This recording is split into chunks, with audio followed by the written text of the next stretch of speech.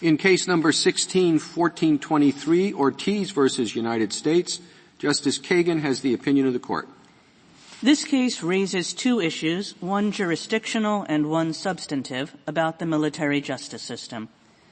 The petitioner here, Keanu Ortiz, was an airman first class who was convicted by a court-martial for distributing pornography. He took an appeal, and the Air Force Appeals Court upheld his conviction. He then went to the highest court in the military justice system, which is called the Court of Appeals for the Armed Forces, or the CAF. He argued that he was entitled to a new appeal because one of the judges on the Air Force Appeals Court served simultaneously on the Court of Military Commission Review, which is a separate court that reviews decisions from Guantanamo Bay. Ortiz argued that both the statute and the Constitution barred that dual service. The CAF rejected that argument, and we thought the question important enough to grant certiorari. So that's the substantive issue. After we took the case, an amicus curiae, Professor Aditya Dalmazzi, raised the jurisdictional issue, whether this court can review the CAF's decisions at all. A federal statute gives us authority to do so, but Professor Dalmazzi argued that the Constitution prohibits it. Except for a tiny number of cases not relevant here, the Constitution gives this court only appellate jurisdiction, and Professor Dalmazzi argued that our appellate jurisdiction doesn't cover cases coming from the CAF. We spent quite a lot of our opinion addressing that argument. Early in our history, Chief Justice John Marshall in Marbury v. Madison addressed the scope of our appellate jurisdiction. Maybe some of you remember Marbury. James Madison, then acting as President Jefferson's Secretary of State, refused to deliver a commission to William Marbury to allow him to become a Justice of the Peace because Marbury had been appointed by John Adams. Marbury brought a case directly to this court, saying he was entitled to the commission. The court refused to hear the case, even though a statute would have allowed it. Chief Justice Marshall explained that under the Constitution, the court can only, and I'm quoting here, revise and correct the proceedings in a case already instituted. Marbury was skirting that requirement by bringing his case to the Supreme Court first, rather than to a lower court whose decision the Supreme Court could then review. Now, this case doesn't look much like Marbury. Here, the case went through the entire court-martial system, from the court-martial itself, that's the trial, to the Air Force Court of Appeals, to the CAF. And we're being asked to review the CAF's decision in the same way we'd review the decision of a state Supreme Court or a federal court of appeals. But Dalmazzi says military courts are different. And that's because whatever they're called and however they act, military courts aren't Article III courts. Instead, they're located within the executive branch along with the rest of the armed forces. So Dalmazzi says when we review their decisions, it's just as if we're reviewing James Madison's actions directly.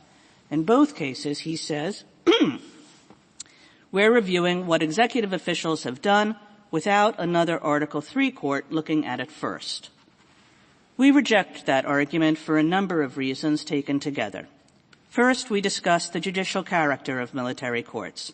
They aren't simply appendages of military commanders. They are courts, as you and I and most people understand those institutions. Their jurisdiction is similar to state courts. They mete out the same kinds of punishments, including the death penalty. There's a system of appeals and review. Everything is done according to law. The procedural protections given to defendants are virtually identical as in civilian courts, and so forth.